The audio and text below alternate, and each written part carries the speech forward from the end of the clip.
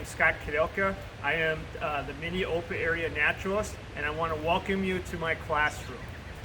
My classroom is the great outdoors. I'm a very lucky person in that way. As a naturalist, my job really is to observe nature and what is happening around us. And sometimes nature provides an unexpected surprise. And as you can see, we are here near the end of October, and we have snow on the ground. Yesterday it started snowing, and we got about 4 inches, and I would expect it will probably be melted in another couple days, and we'll see winter arriving down the road probably in a couple months. As I said, what I do is I do programming for people. And so what we're going to do here today is we're going to talk about animal tracks and signs. This is something that you can easily do in your backyard. You probably will see things that you never have seen before. I always use a great example is a squirrel's nest. So squirrels build their nest out of leaves. And what's really crazy, people see these, especially after this time of the year, after the leaves have dropped, and they think, well, it's a bird's nest. But birds do not build their nest out of leaves. So that is a great animal sign. They're built by squirrels. And of course, another great sign of a squirrel is look for acorns and stuff like that as they're trying to gather. So I have some props here just to talk about things that you can do or look for when you're talking about animal signs and things like that. I have a couple of furs. So when I'm talking about a great sign of animals is their fur. Think about a white-tailed deer.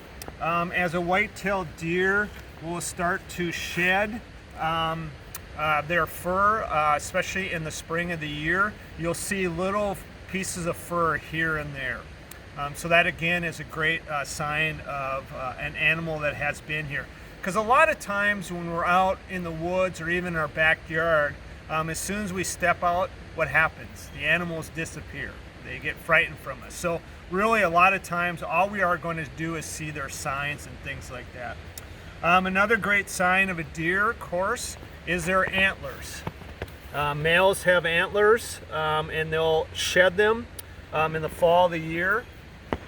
In fact, people do things, they'll go out and collect shed antlers. And then actually on this antler is another great sign of an animal. As you can see the chew marks. So this is some sort of rodent chewing, so they get good calcium from there. So a lot of times, especially in state parks, we tell people just leave the antlers alone because other animals will use them.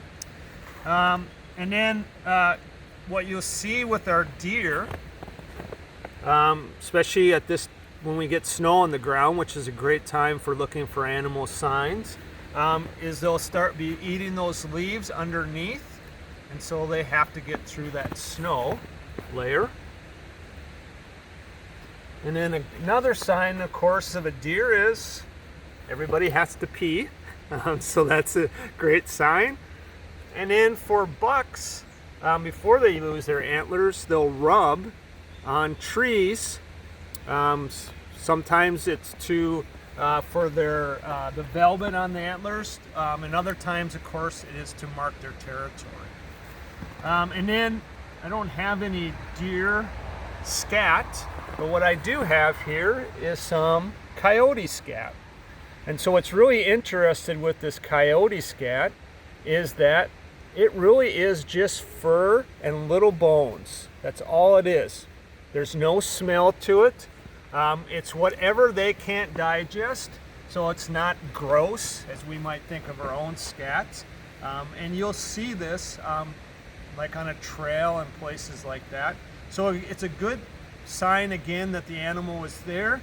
It's a good sign of maybe what they're eating. Looks like they're probably eating a lot of rodents and things like that. And then of course tracks. Tracks are great. And what I have here is a couple rubber tracks. This is for bison. Of course they leave a big one. And then a familiar track that we see all the time is deer. And what we'll do is we'll show you by putting them in the snow to show you what this kind of the sign that they leave behind. My challenge is for you to go out in your backyard, see what kind of signs you might see.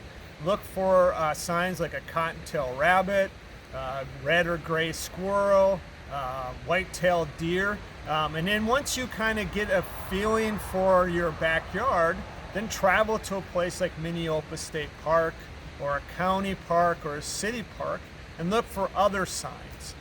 Example here, of course, we have a bison herd, so that's a great way to go look for signs, but we also have coyotes that move through, and we can see mink down in our water, and of course we have beaver. So this is your activity, is to look for animal signs out in the great outdoors.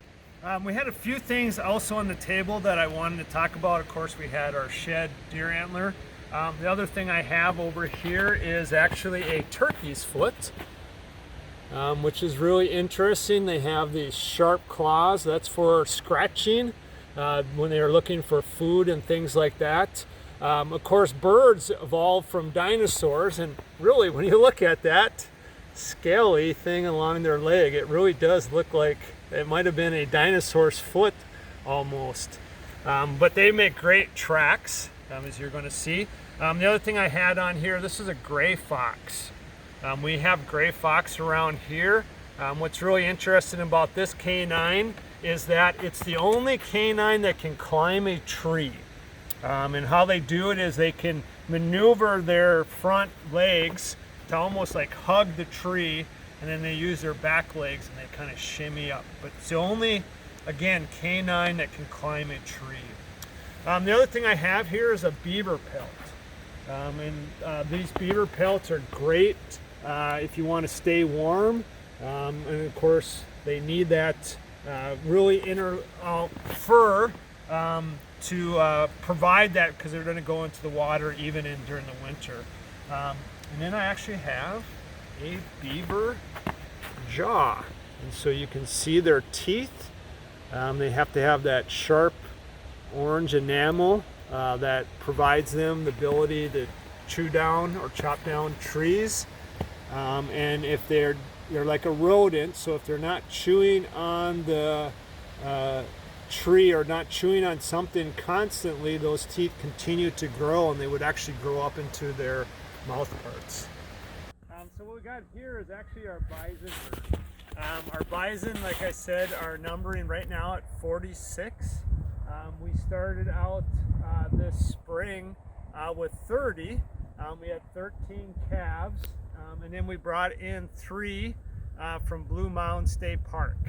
And our herd normally should be about 35 to 40. And they're part of this Minnesota Bison Conservation Herd that was started in order to maintain the genetics of a wild herd. And our bison are about 100% or as close to 100% bison as you can get. Well, right now we're standing in front of the Setman Mill. This mill here was built, like I said, they started in 1862, Louis Setman. He finished up around 1864. It was a windmill that ground flour into wheat or wheat into flour. And there would have been blades that actually came almost down to the ground, and that would have powered that machinery inside to take that wheat, take the chaff off it, and to ground it into flour.